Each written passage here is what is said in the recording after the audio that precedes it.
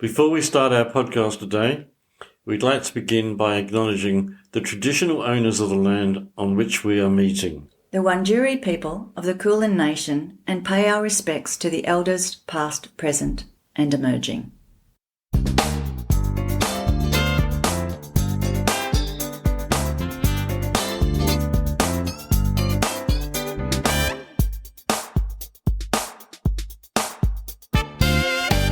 Oh no, I'm going to get it wrong. Would you like me to say it? Yeah, can you say it please? Mum, Janine, my dearest mother, I'm really jealous of you. I will never have kids as cool as you. Thank you. I was never going to be able to say it that way. Wow. Hello and welcome to the podcast. This is Janine speaking with you today. And I'm Kevin, and we're here again today talking about parenting. Yeah. Aren't we, Janine? We are. We've got a guest with us today. I guess I just wanted to say, I hope you're enjoying the podcasts. I am. I was talking to them. Oh, them. Yeah. Okay. So, yeah, I hope you're enjoying it. And now we're going to try something different. We've got a guest speaker. Welcome, guest. Hello, I am guest. I am also Janine's daughter, Bianca. Hello, Bianca. Welcome. Aren't I brave? I don't even know what you're going to say. No. Well, we do a little bit. Bianca gave us the topic of parenting and, yeah. Go on, Bianca. Fire away. What did you want to talk about? What made me come up with this topic is I was sitting in my car on the way home from work and I was listening to one of your other episodes and my brain went off on a tangent, as it generally does, and I was thinking about how, well, Mum, would you say I am similar to you? In the context of, I guess, relationships and handling conflict, that sort of thing, would you say I'm similar to you? Oh, good question. I think the bulk of you, I think, is the same in terms of conflict. Yep. So, your relationship with your parents is very different from my relationship with my parents. And yet we turned out kind of similar in the ways of things like conflict, for example. Okay. And then I got to thinking about my current partner and his relationship with his parents and my ex-partner and his relationship with his parents. And what was interesting about that is both fathers in the situation are, I would say, probably emotionally distant. Yeah. And both mothers are quite conservative and, I guess, protective of them. And yet they ended up with very different relationships with their parents. Like, they ended up handling it very differently, where my ex was quite angry, I would say, and probably blamed his parents for a lot.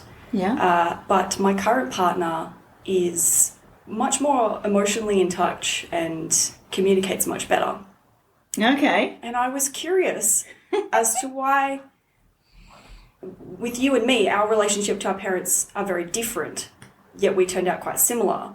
Yet with these two boys, their relationship with their parents was quite similar and they turned out quite different. Oh my gosh, that's a conundrum. Yes. Conundrum. What a good word. Just a light topic for this week. We have a conundrum. I don't know. Have you got an initial response, Kevin? Because I'm just going, woo! I did have. What was that? I'm not sure that it's very detailed, but I was listening carefully whilst I was playing with Asher. And, like, I can relate to, like, my relationship with my parents is awful.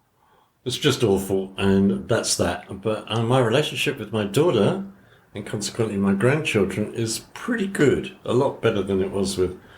Why is that? That's because I've had to put a lot of work into what happened to me with my parents and around all sorts of other things, and still do. And because of that, I was able to bring Chloe up differently. So teach her different things. Be there, be attentive. To basically care for her. And her mother did the same too, and still does. We still do. I mean, she's 36 years old, and we're still there. Yeah. I'm amazed because maybe that's the point that's different. And Bianca, you might be able to help us out with this one. Is that whether it's the parent or the choice of the person who is different, is the one who chooses to work on themselves. It's like breaking a cycle. The person who works on themselves breaks a cycle. So I see it as generational. So one of my grandmothers was incredible. But anyway, the bad messages or the good messages, the bad behaviour or the good behaviour is passed down from generation to generation. If it's bad, until somebody says, hang on a second, I don't want to be like that. I don't like the way I've been treated, and starts to sort it out. And I'm certainly going to bring my children up differently, and actually does that. You hear a lot of people. I hear a lot of people say, I'm never going to bring my children up like that. I don't know whether they do or not. Sometimes they do the exact opposite and more intensified. Yeah. So, if they never got a hug, they're just like going to grab it. I'm talking about myself. Bianca, you nearly spat that water all over the microphone. I should have taken a sip in that moment. Yes, Yeah. I do receive quite a lot of hugs. But like you've got a choice. but that's so different. I mean, that's affection, love. Yeah. Someone caring. Yeah. Yeah. So, But I was going back to, I'm not sure if you had a point about it, Bianca. Maybe there's some points to bring up. But I think what you're saying is, or maybe it's just more the discussion, but you might be saying, how did this happen? What do you reckon? Yeah, basically, I guess my question is, what is it that makes or breaks your future relationships?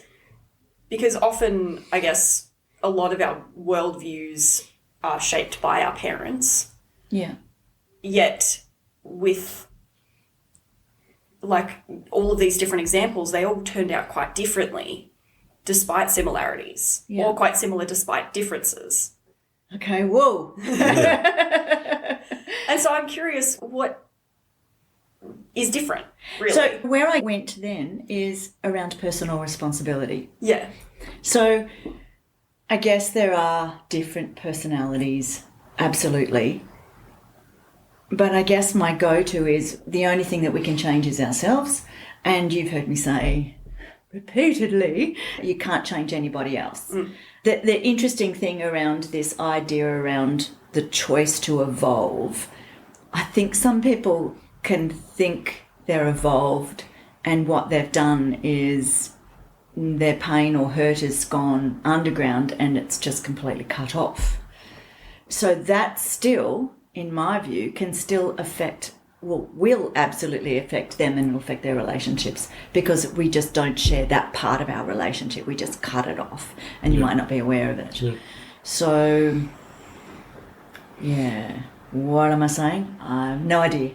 So it's like if you're learning something, if you're at school or whatever and you're learning something and you take it all in and you're keen to do it, then you take it all in and there's a point where you've finished that part of the learning and you go out and you do it. And at that point, in terms of being a child, your parents have done whatever they've done and hopefully they've set a good example because that's really all they can do. Apart from taking care of you physically and making sure that you're safe and you're fed and giving you the best possible education and whatever else, good clothes to wear and a sense of, I don't know what to call it anyway, a sense of what's right maybe, or what's wrong, then suddenly you're on your own if you want to be. Then you have choices and that's where the difference is. So you could be at that point, okay, I'm just going to be exactly like my mum.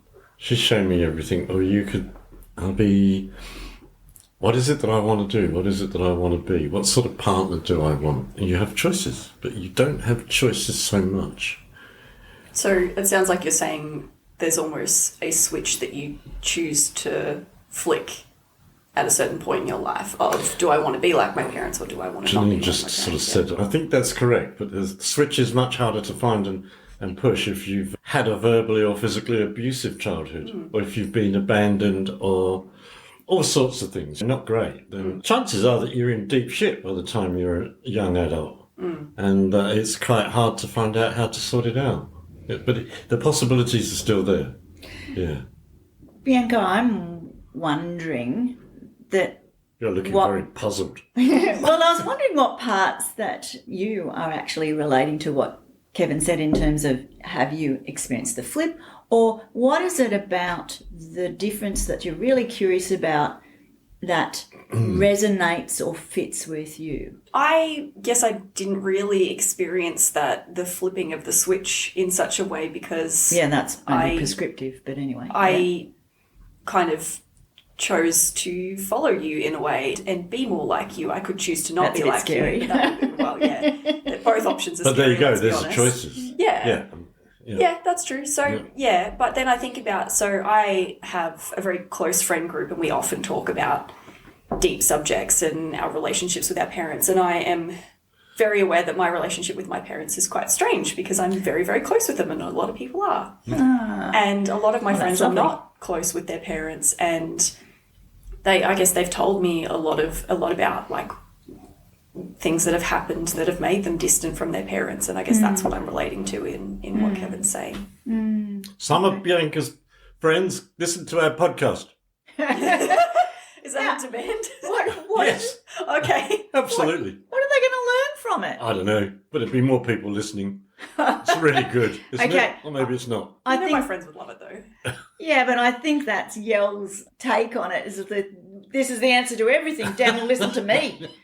I think that's what it is. And Stubborn says, "Well, that's your choice." Have we introduced Stubborn? So- We did. Yeah, in the last podcast. Yeah, we did. Yeah. It's just not So published enough of that yet. stubborn. So, have we sort of approached an answer in any way? Yeah, it's just an interesting food for thought. Well, I think there's so many aspects in it that we could have conversations about. Is there something that you would like to say that you've noticed? That's what I was going to ask. I got in first. Get over it. No. Bianca, Janine. I was almost going to call you Was. Oh gosh, that's public There you now. go. Too late. Oh, oops. Oops. Sorry, that might be a nickname that I call the kid. The kid, the pest. It's all out there now. I call Chloe Kiddo. She likes it. I think you do. You like it, don't you? You better. Sorry, Chloe. Seriously, you're going to bring Yell out to parent your kid? Yeah. Absolutely. And how's that going for you? Oh, well, she's 36, so she wouldn't take any notice of me anyway. Oh, thank Unless she goodness. particularly wanted to. Anyway, Yes. Yeah. Thanks, Was. So, No, she gets to answer my question. oh, that's Well, they right. can Yeah, answer that. sorry. I'm sorry. I think. Go, Was. I don't think you finished the question. I'm just, because you can't see me, I'm just got a stunned look on my face and my brain's just frozen. Yeah. But what would you like to tell our listeners about you and your insights that you have into parenting, having had parents? Having had my experiences having parents. Your experience of being a daughter. Yeah, like I said before, I'm very, very aware that my experience of being a daughter is quite different to a lot of people's experience of being parented. Mm-hmm. Often say I'm incredibly lucky for the parents that I have. Your parents have had to evolve with you. A little bit, yeah. So for those of you who don't know that Bianca happens to be our third child, you know that third child that's a bit of a worry? Was I the most worrying of the three? Just differently. Just differently? Yeah, yes, one had challenging behaviours. Yeah, when I punched my sister at 3 years old, yeah. Yeah, and when you used to headbutt. I don't know if I've told you this story, No, Kevin. I've never heard about So the headbutts. one of the things that I do say to Bianca is, I'm so grateful to you because I've learnt so much from you. And I hope that I've learnt to be a better parent, counsellor, friend, daughter, etc. myself because I've had to regulate myself very well. I feel the need to clarify. I wasn't headbutting like people. This is when I was like 1 or maybe 2 where I would just headbutt like objects, the floor. You did headbutt your sister. Did I headbutt my sister? I know yeah. I remember headbutting a cat once. But it was a sensory thing. No, it was not a malicious thing. No, you Oh, headbutted. okay, maybe that one was. Yeah, Rhiannon. And she was around maybe 12. Oh, that would have made me 4. Nyaha. And you did it with such thrust. Then you were in tears and so was she. Headbutt's such a terrible move in a fight. You just both end up in pain. Well, I'm really pleased you worked that one out. You know what? How did you work that out as a parent? Going back on topic. Oh, thanks for that. I went, oh, that's not supposed to happen. And you were 3. And so again, with a 3-year-old, you give them as much information as appropriate to the age, which is, that can't happen. Don't. Don't be doing that. Okay.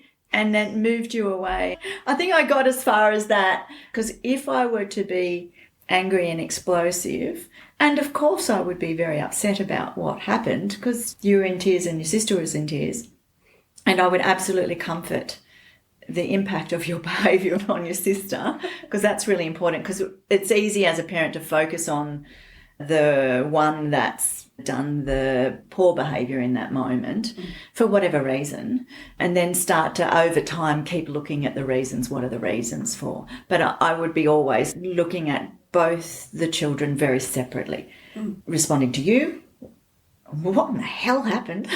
That kind of thing. And then responding to the person who's on the tail end of that, going, are you okay? I'll work with your sister, and soothing, that kind of stuff.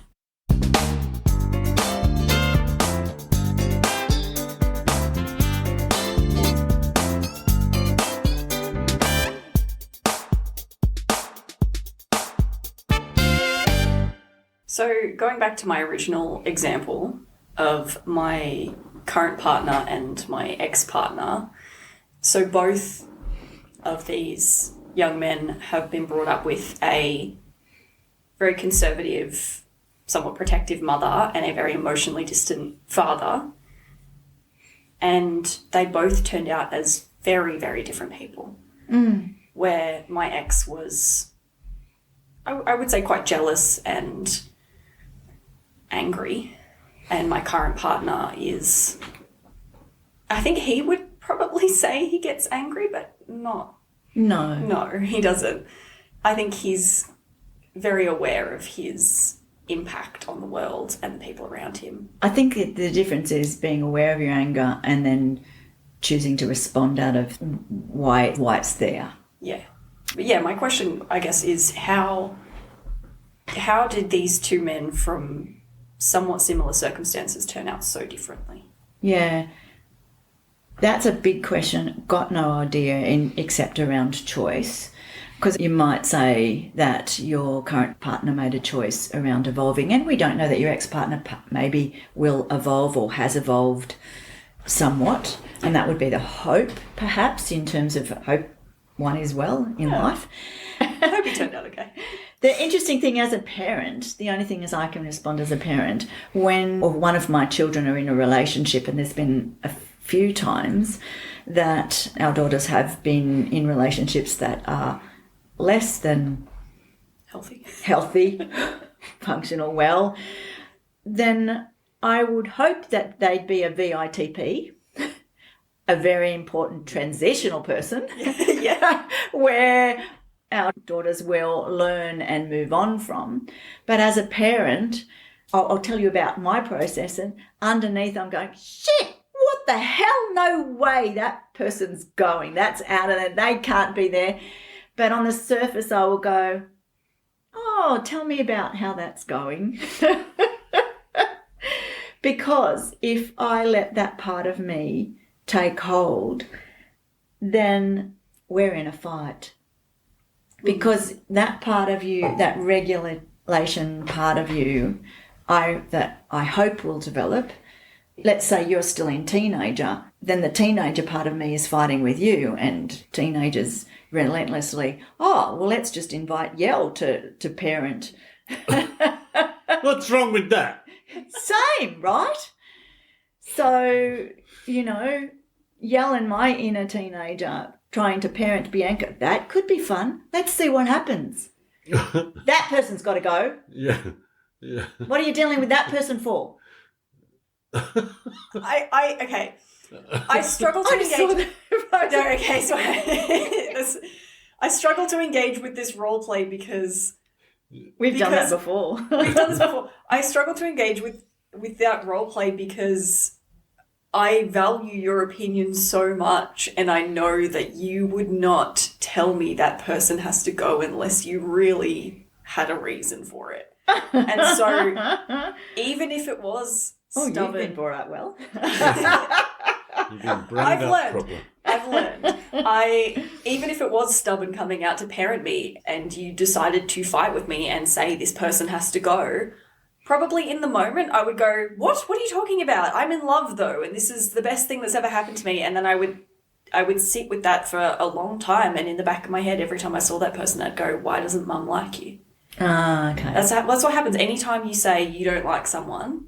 Yeah. If someone rubs you the wrong way, I go, and I remember that every time I see them.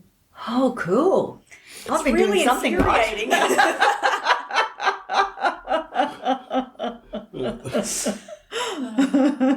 Kevin, the other thing I've got to tell you about was I've talked about timeout strategy forever, right? Yeah. And the interesting thing is that I've always said to clients, supervisees, those people I'm around, that I will say timeout is a strategy that I've used.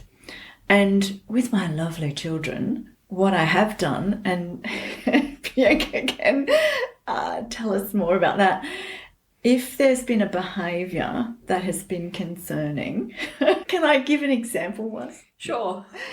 So, when you were, now let me remember, at the tender age of 9 and had used Oh, I just realised what this is. used my credit card on, what's the penguin thing? Club Penguin. Club Penguin.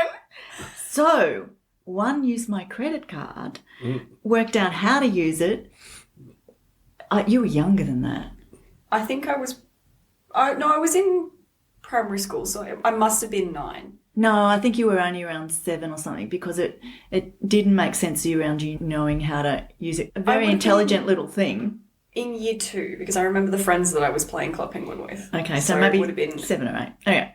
Yeah. So anyway, let's go on with the story. Is that these small amounts, nevertheless, were coming out of our bank account on a statement with Club Penguin, like $3 and $4 here and $5 here and $3 there, and like, what?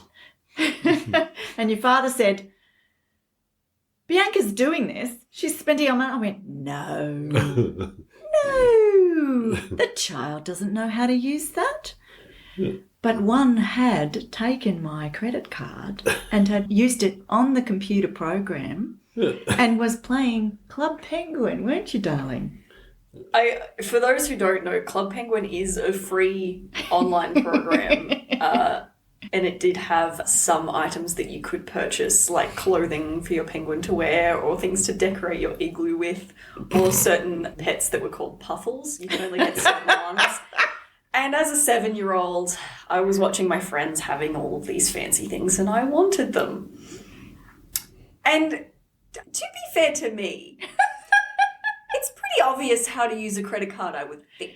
Garbage. You were When the young. website asks for 7.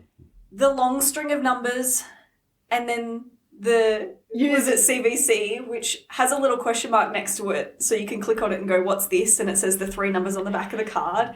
This And was then the a young expiry kid, date, which is Kevin. labelled on there. Yeah. Like, I would think it's pretty easy.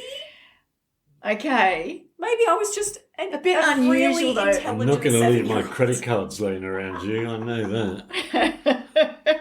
So when it became clear, after I think Greg and I had abused the bank, Of course. well, politely addressed the bank, let me just say it that way, then we'd gone back to Bianca because Greg had said, it's Bianca. And I went, no. And then I went, actually, And then I said to you, and you remember this day. I remember this day because I need to paint the picture of we were standing in the kitchen and you were making me ice cream with chocolate on top. And you handed it to me and you said, Bianca, did you use my credit card? Yeah. And I think I looked down at my ice cream with chocolate on top and sheepishly said yes. And you stood up and just went, go to your room. Yeah. And so I took my ice cream and I went. I was so angry. And I just went, I need time out and go to your room.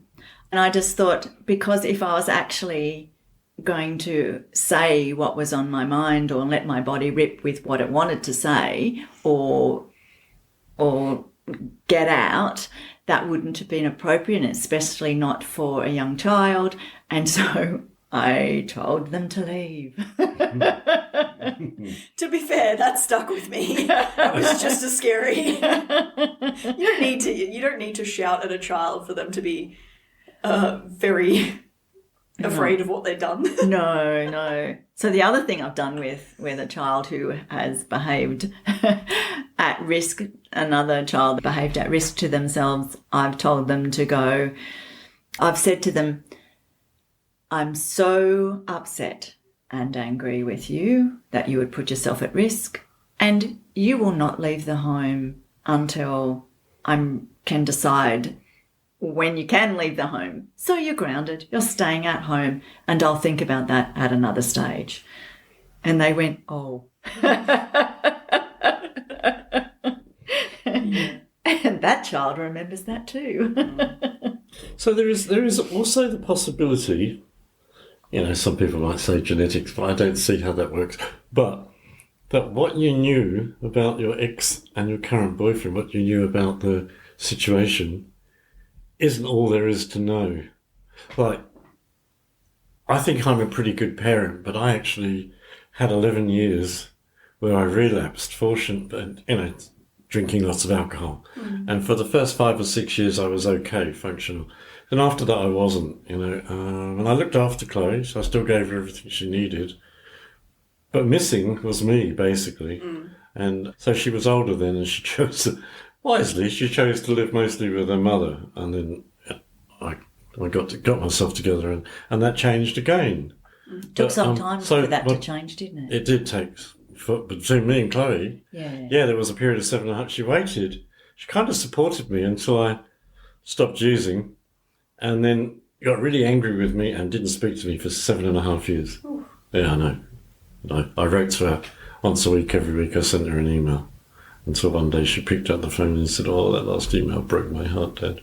Now we have back the friendship and the relationship that we had. Maybe even better, I don't know. But my point is that when we're looking at and talking to people, we don't know what variation there is in the parenting, mother or father. That's a good point. Yeah, so, was your ex's dad might have had some really aggressive ways of expressing himself that weren't immediately obvious. And that would have had a massive impact on it. Yeah, I mean, in the example, I did definitely put them in categories that made them quite similar. Like if I compared my ex's dad to my current partner's dad, they are very different people and they behave very differently. One of them is quite physically distant and doesn't know how to connect with his children. Oh, okay. And the other is physically, he's there, he's in the home, but is very emotionally disconnected from himself as well. And so it does manifest very differently. And then the mother's in the same way. Yeah. One of them, I would say, is very quiet and reserved and doesn't really speak up for herself as much. The other is more likely to speak up for herself. And I guess, so they are very, very different people, but they kind of fall into the same categories. So, like, in terms of, they were probably parented quite differently, But I just thought it was interesting that they kind of have... It turned out so differently. Yeah, they turned out so very differently. And But I my think- partner definitely did have that point. It's not where always he- black and white, so I think that's possibly part of the answer. Yeah, but, yeah. only part. Yeah. Well, I'm going to add in some other things. As you're talking, Bianca, I've been considering my parenting style with your sister is our eldest child. So there's 8 years difference between yourself and her. And what I would say is what I used to do was to be more anxious. I think that I would give her more information because part of my being brought up, I'd experienced my family having many secrets that became quite abusive. And so I would overshare with her, tell her too much of the adult stuff. And I didn't realise that she would experience anxiety with that. And I believe that I've passed that on. And we can't not, as parents, pass on some trauma. That's what I said much earlier. Pass on some, but not the shitload that was behind me from my parents. Yeah. You know, so I'm absolutely certain I passed on some. And Yeah, I you watched can't Chloe not. with 3 children, and she's certainly doing a much better job than I did. Did you hear that? You're a really good mum. Oh, really? You really want to bring out Yell at that point? Yeah, Okay. she might not listen otherwise. Oh my God. I'm going to get such a serve for that. But she's not currently listening to them, but I know she will at some point. Or she might secretly be listening to them. Okay. Oh, yeah. Chloe, let's have a chat later. No, I'm not paying for your therapy. We all have to deal with Yell. Yeah. I'm going to say also something to you, Bianca, around children. I mean, we have a great laugh at some of the things, and there are many when you were young and were cleverly manipulative. Because my belief is that it is a child's role to push and to pull relationship, to push boundaries, to manipulate, because that's how they learn. And it's our role as parents to stay. Now, I think I learnt so much from you around staying, because there was a lot to stay with and a lot to be grounded with and non-reactive to. Yep, so that really invited that part of me, which is stubborn, not the rebellious teenager part, but that stubborn around learning that someone else's behaviour is not going to change mine. But I want to say those things were going to happen. You were a child. You were supposed to do that. Just don't do it anymore. Nobody gives you a manual. I got to look then, people. Nobody gives you a manual as a parent. God, there are so many manuals now. Are you kidding me? Yes, I was just going to say that. So a friend of mine and his wife, who wrote a manual, I guess, a book on parenting, said, well, you know, there are books around, so I read theirs and I read others, and there's no way I'm going to bring my child up like this. Absolutely no. I'll have to write my own manual. But I think sometimes there's so much information for parents around this is how you need to do it, and this is the strategies you need to use, and this is the boundaries you've got to set. That can be completely exhausting, and that's one thing I would not want to offer people is more information around that. What I would want for them, and I guess that's part of this podcast, is around really listening to yourself. That's what I want for you, Bianca. Oh, I hope that I do that. I hope you do too. Well, just write to Yell and he'll fix it up for you. Oh, nice. Yell's back. Do we have a PO box just for Yell? Yeah, P.O. Yell. I think you're going to get some mail. I think Yell will get some fan mail. Bianca, thanks for being our guest today. I'm really loving your question. Did it go in the places you wanted it to go? Are you happy? Is there other parts we need to explore? Are there more questions you've got? Oh, I think there's always more questions, isn't there? Yeah. There should be. Don't ever stop questioning. That's what I think. I didn't have any expectations for where it would go, because I think then I would be disappointed. wouldn't I? Okay, and how are you feeling now? pretty damn happy. Oh, that's my kid. That's good. I like it. I like the kid. Well done. I kind of love it. I hope so. You know I do. I know. So now I expect to see your sisters turn up. Oh, Bianca's been on I've told them. Poor things. If Chloe was physically closer, I would be doing the same. We can do it apart. Yeah, Yeah. we can now do it remotely. Yeah, sorry, Chloe. You're being dragged into it now.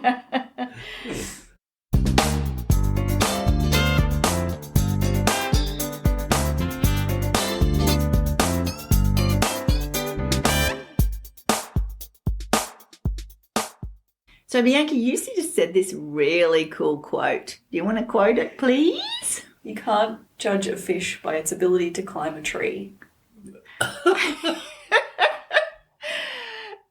Tell me about the quote. Well, it's talking about how, like, everyone is good at different things, and not everyone is going to be good at, like, taking an English exam, for example. But that doesn't make them stupid, Yeah. and it doesn't make them, like, incapable. Yeah. They're just not built for writing essays. They're So I built for guess something else. that saying is around difference, isn't it? Yeah. You've been that very different person, aren't you? That sounds loaded. Well, it is actually. Yeah. Yes. Damn, I you're a have good been very- listener. I have been. See what I very have to put different up with, child. people? I guess I wanted to talk about that difference because I think that's been an area where I've had to really work hard around just calming myself. So, listeners out there, and Kevin, Thank you. Bianca has been that child who's been evolving. When they were in school, Bianca was an excellent student who did extremely well in English, in mathematics. You topped mathematics. You had a good grasp of those skills, and yet left in year 11 and didn't go on to 12 and wouldn't go on to 12. I couldn't make you go on to year 12. Oh, I hated it. And awful. you could have been amazing in terms of maths and English, and which these are the subjects that we're all supposed to be. If you're any good at, you stay on at school. So you absolutely defied what you're supposed to do. Well, the problem was that I realised when I was 16 that they were expecting me to make a choice that would affect me for the rest of my life. And I went, fuck that. Sorry, can I swear on this? Yeah, you Of can. course you can. Yeah, you can't expect a 16 to 18-year-old to make... No, but the I choice wanted for to the make rest of it their life. for you. Stay on to school. And what happened with that, darling? Didn't want to. And as a parent, I needed to learn that I can't make my child. I can absolutely advise, support. And now you're the tender age of 25. Is that a question? How old am I? Is that right? Yes, you're 25. Oh, gosh. Thanks. I got that right. Anyway, the interesting thing is looking back, and we have the foresight now of looking back, I'm really grateful that I was able to regulate myself to support you because you were never going to fit in at school. No. You were that quirky, wonderful, creative child that would challenge every teacher. They hated me. I think they hated you. Some. No, there were some that hated me and there were some that did love being challenged. Yeah, and that was a big part of you that has really evolved through going through and exploring different careers and yourself differently. And I think it's been the best outcome. And I think that you haven't lost any of those skills. And I don't know where you're going, and I'm very excited about where you'll go in life. But we really still have no clue. No. No, we don't. I've got a direction I'm going in now. That might change. Yeah. And I'm settled Next myself. 5 years. So the important thing for listeners out there is that settling of self. What do you reckon, Kevin? I was just reminded, my dad turning up, taking me into school when I was 16, I guess. And I was well gone, I don't know why he bothered. Anyway, he took me into school to see the headmaster. He demanded to see the headmaster, and the reason he did that is because it's in the UK, so it's a different system of exams. But I stayed on, and 2 years you do exams. So the first year I passed all the exams, and the headmaster called me into his office at the end of the year and said, "You're not coming back." The next was not compulsory. "We don't want to see you back here. That's it, you're done." And I didn't even ask why. I went, "Yeah, thanks, all right, bye-bye." My dad found out. He dragged me back there and said, "He passed all the exams. He's got to be allowed to do the next set of exams, because the next set of exams are GCEs. And they get you into university and all sorts of things. You can't get into those places, supposedly, without them." And headmaster said he'd hardly ever turned up at school for the last year. He did very little studying. And my dad said, yeah, but he passed all the exams. I said, "Yeah, it doesn't matter. Teachers won't have him." Ah. So I left. I was very pleased. But I got into university 10 years later. But you were obviously skilled.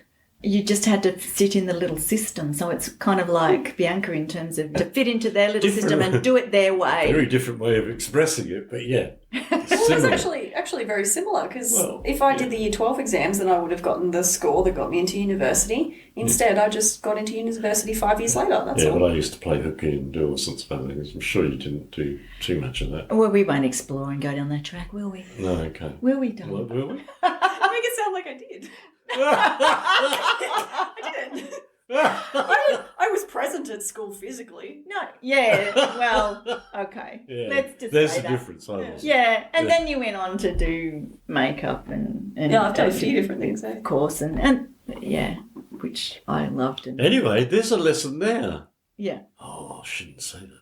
Yeah, I'm going to, because I can. That they don't necessarily need to do everything you're told to do at school, and you can still get into good universities and good careers. No, not necessarily. Well, I did. let's just True. hope that most of the listeners are past that age where they can actually do whatever they want. I don't know if I would recommend to teenagers not to do I school, wasn't because they recommending. won't if you do.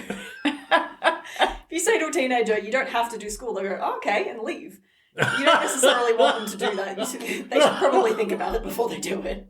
Coming from a teenager who left school, and think about your choices. and your choices then on after to do studies Kind of outnumbered. Yeah. and to do discipline and that. Yeah, you think that was a strategy? I think that was a strategy. To have you outnumbered. Strategy. I'm trying not to be the bad guy here. But look, you don't have to finish school, but make the right decision. School. Think about it first. Who needs it? Oh, now I'm Some outnumbered. people need school. Stay in school. It's all right. I'll edit those bits. Michael Leunig didn't stay in school. There you Give go. examples. Pretty sure Einstein didn't go in school or something like that. I don't know, one of the big ones. Yeah. When I wanted to go to university, they went, "No, you've got nothing that we want. You got nothing." "What do you mean? You got no exams, no qualifications, nothing. What have you been doing since then? Taking drugs and driving as a career." Okay, and then they said, but if you take all of these exams, which are the ones that I never got to take, we'll let you in and you have to pass them. And I passed them. And they said, "You can only come in and do this degree if you do a maths diploma alongside it." So I said I would, and I did. And then Wow. a year later I went, "No, I don't want to do this." Sounds like me. I went and did a different degree at the same university. Parenting has its challenges. Oh, absolutely. Yeah. And so does life. Life as a person. Parenting so also what? has its joys. Oh, yeah. Yeah, lots of them. Oh, so you know about that, Bianca? I come from experience as someone who has been parented. That you Thought have. carefully about that. I did. Ah, I've been parented. Bianca has said to me. Oh no, I'm going to get it wrong. Would you like me to say it? Yeah, can you say it, please? Mum, Janine, my dearest mother, I'm really jealous of you. I will never have kids as cool as you. Thank you. I was never going to be able to say it that way. Wow. I think we're done. Thick and go now. Yeah, we're done. So we say goodbye to Bianca. Thanks again for popping in. Thanks for having me. Thanks for coming in and being patient and staying here for the whole however long it is. Yeah. Thanks, Bianca. Sure.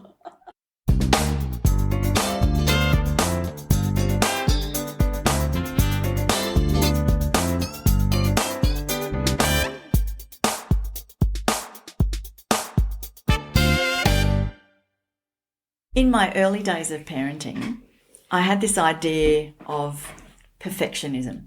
I really wanted to be that loving and kind and functional and perfect, caring parent.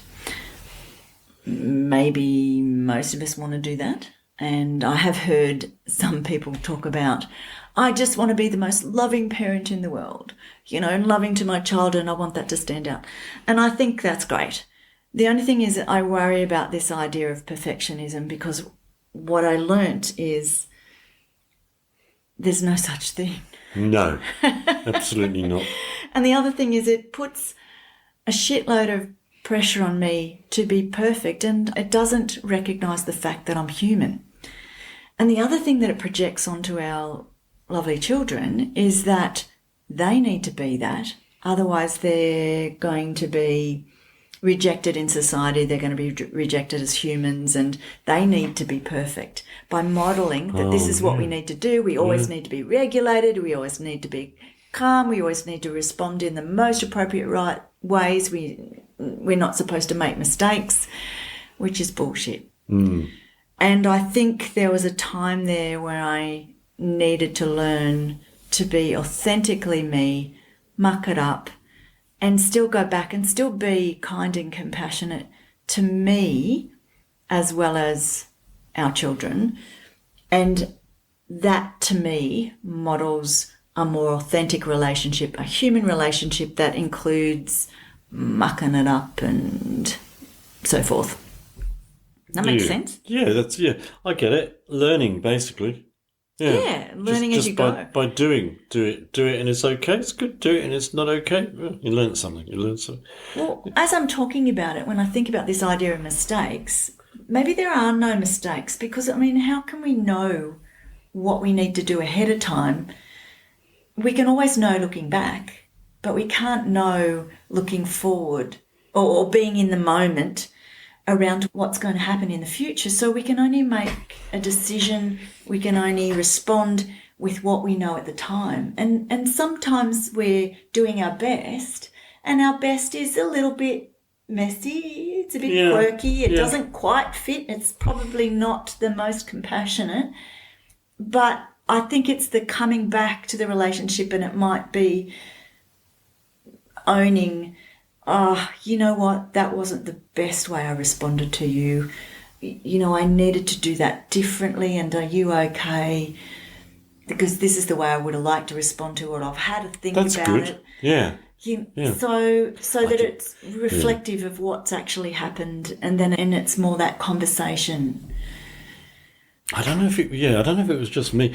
I didn't think about parenting at all. I was so happy Chloe was born. I was the first person to ever see her and touch her, and I would have done anything for her. Apart from her mum. Well, yeah, because she's sorry. First person to touch her apart from her mum. I hadn't thought about it like that yet. Mum's been touching her for 9 months. So, yeah. So, first person to touch her after she was born. There we go. There you go. Yeah. That's better.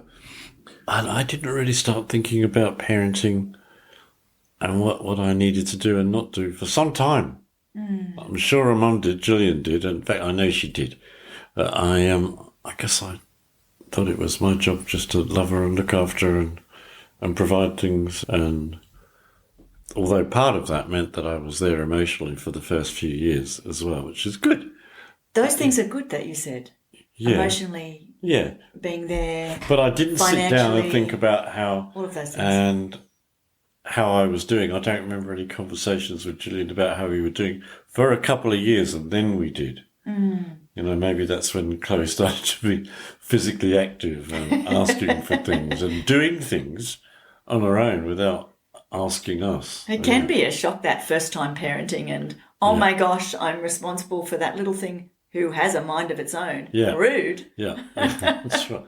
Who has just learned how to open the back door. Oh, now what? It's like, what do I do now? Yeah, it's like, yeah. Yeah. Or that child that doesn't go out the back door, that clings to you for dear life. Yeah. That can be people's experience as well. Yeah, so then parenting styles and what to do kicks in and discussions happen, or they did for me. And then, yeah.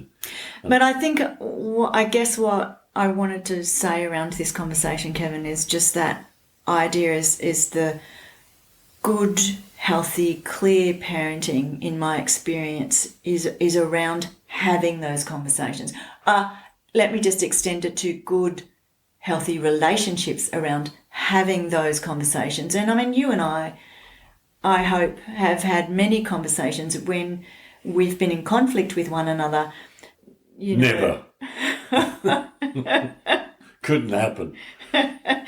Around what's your experience, what's my experience. Yeah. And, that's what you thought. And, I thought this. And it's those conversations that make safe, healthy relationships, because it brings understanding and compassion. And if it's not there before, then it can always be worked on.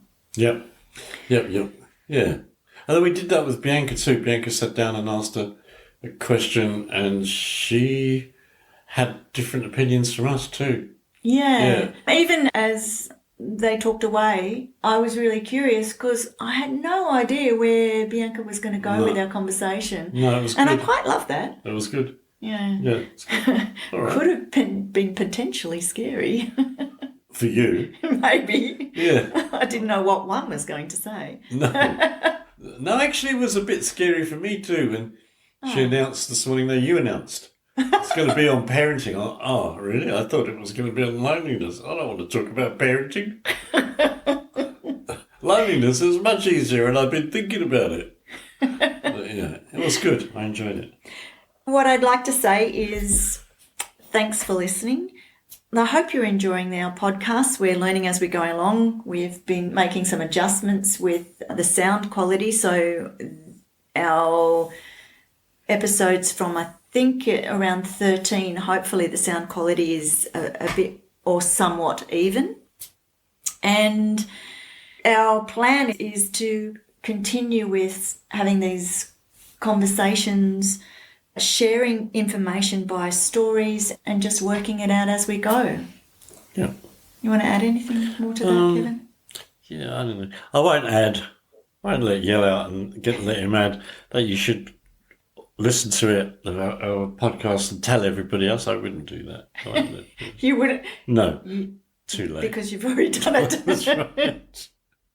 All right. No, I haven't got anything else to add. It's great. Thank you. Thank you for listening. Thanks for listening. Okay. Bye. Catch you next time. Catch you soon.